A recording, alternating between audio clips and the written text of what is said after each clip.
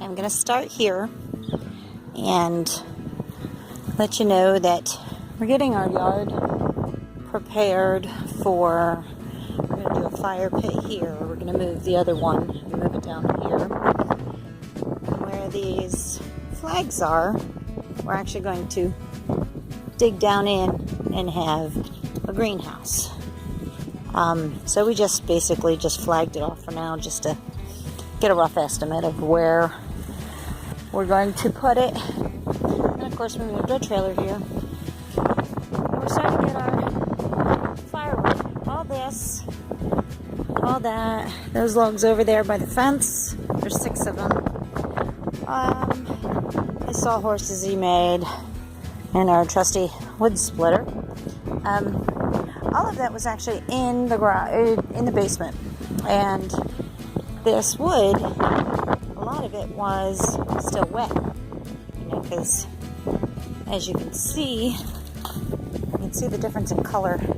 This one's still really, really wet. It's got moss still, very green moss on it still, and a lot of this we're going to end up burning in the wood or the fire pit instead. But so we're trying to clean it all up. So we're stacking it, and I'm 5 foot high, and this is my chest height. Not quite sure how to turn this camera around and get it right. But anyway, so the picture I posted earlier on Facebook about that nice boo-boo on my arm was because I was cleaning that basement up, because we have to come down here to put wood on the wood burner in order for us to have heat in the winter. So we have to walk all the way down from there from the front. This we just picked up at a lady's house this morning. It was for free. Now the way it's looking, this isn't going to be burned in the wood burner, but if we want a bonfire, something like that, just sit outside and with the fire. Some of this he still needs to cut up yet. This was also in the basement, and it was still very, very wet. Same as all the bark. This is some of the stuff that we had cut earlier in the week. Trying to get this kind of like composted and stuff and trimmed down. These 4x4 from a skid was also in the basement, but this is what I ended up doing. We've got our tools basically here, and our gas and our 2-cycle, and our cant and our cant hook. Here's some kindling. Now I need to build a box to put all this in, as well as all this, because I want to use my wagon and the wheelbarrow, but I wanted it off the floor. Because what I did, I just cleaned this up from all the sawdust that was in here. And you can see where it's still wet. And that's from holding all that wood chips, which are now in these buckets. I'm going to use those to build another dry rack. And there's more wood chips. But see, I didn't want to throw them away because there's so much you can use these wood chips for. Perfect for composting. This board back here, he built for his sawmill. That box right there. That's his electric chainsaw. Another gas one. His pull-in one. I think this one used to be his dad's. It doesn't work. He's got to figure out what's going on. And here's another one without a bar or blade, so I don't know what exactly that's for. But I do have everything up off of the cement so it doesn't retain the water or the moisture. And I just took everything that was here, and it was these scraps that our friend and neighbor John ended up giving us several years ago. And we were basically piling our tree limbs on it. But we had the push mower here. We used it for a year, brand new, just bought it, used it a year, and now it doesn't work. So for the last 4 years, it hasn't worked. We don't know what's going on with it, so we'll have to figure that out too.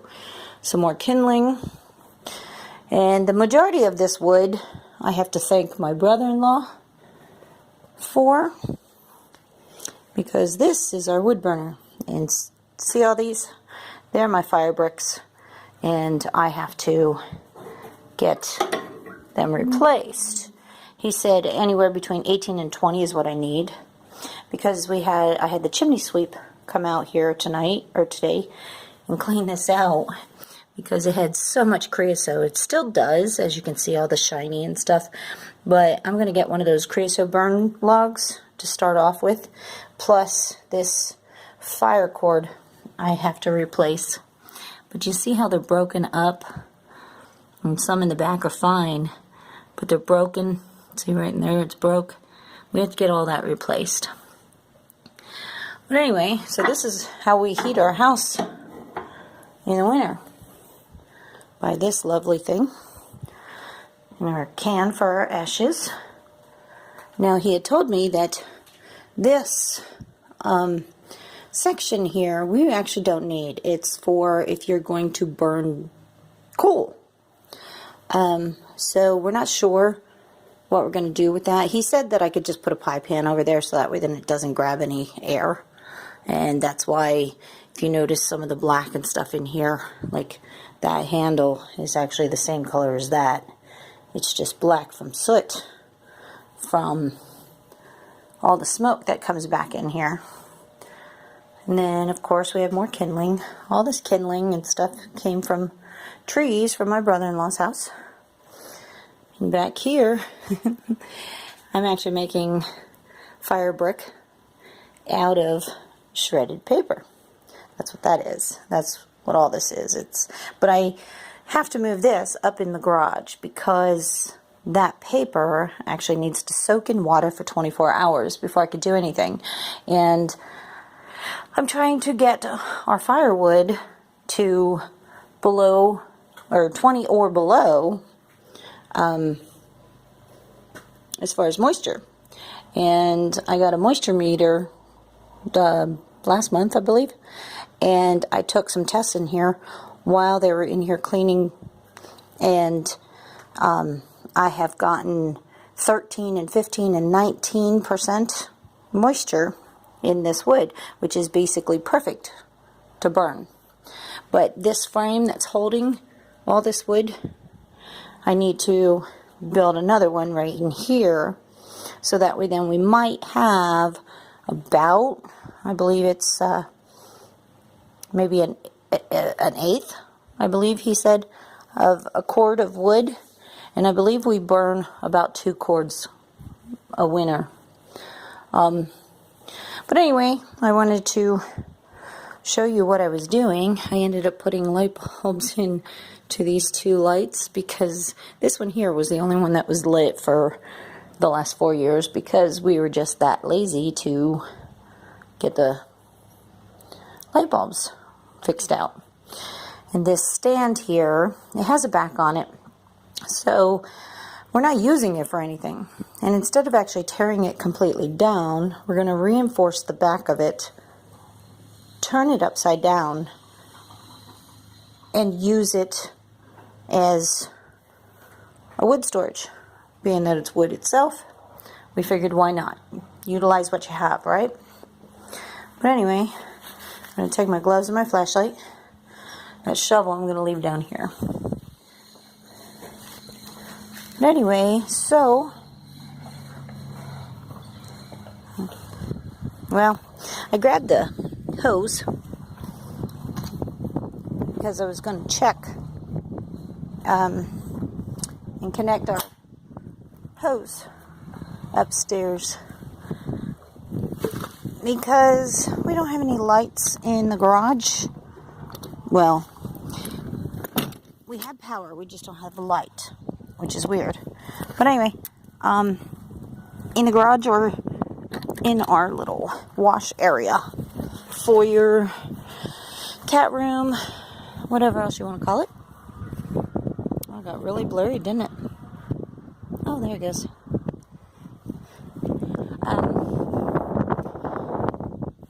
because we're building a porch.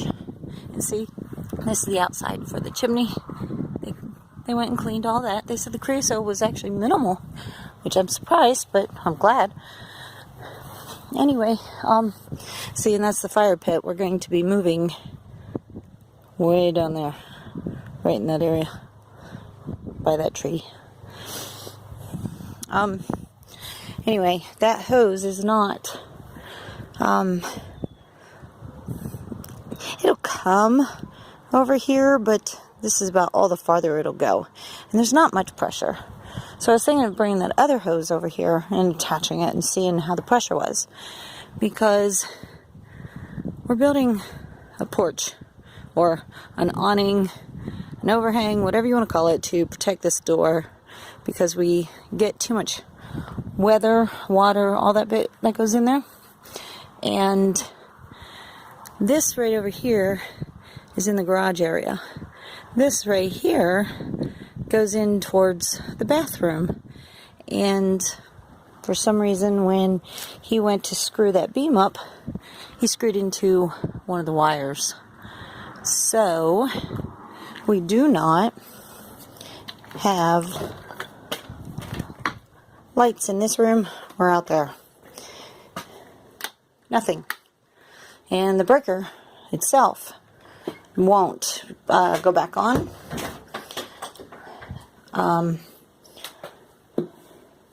Which is, you know, for out here in the garage, can't turn on any of these lights. What's weird is the outside light don't work, but the garage door does. Those lights over back there do. The stereo right there does.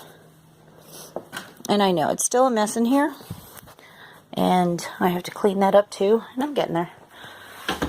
And yes, I have a lot of stock. Anyway, that is my video intro for my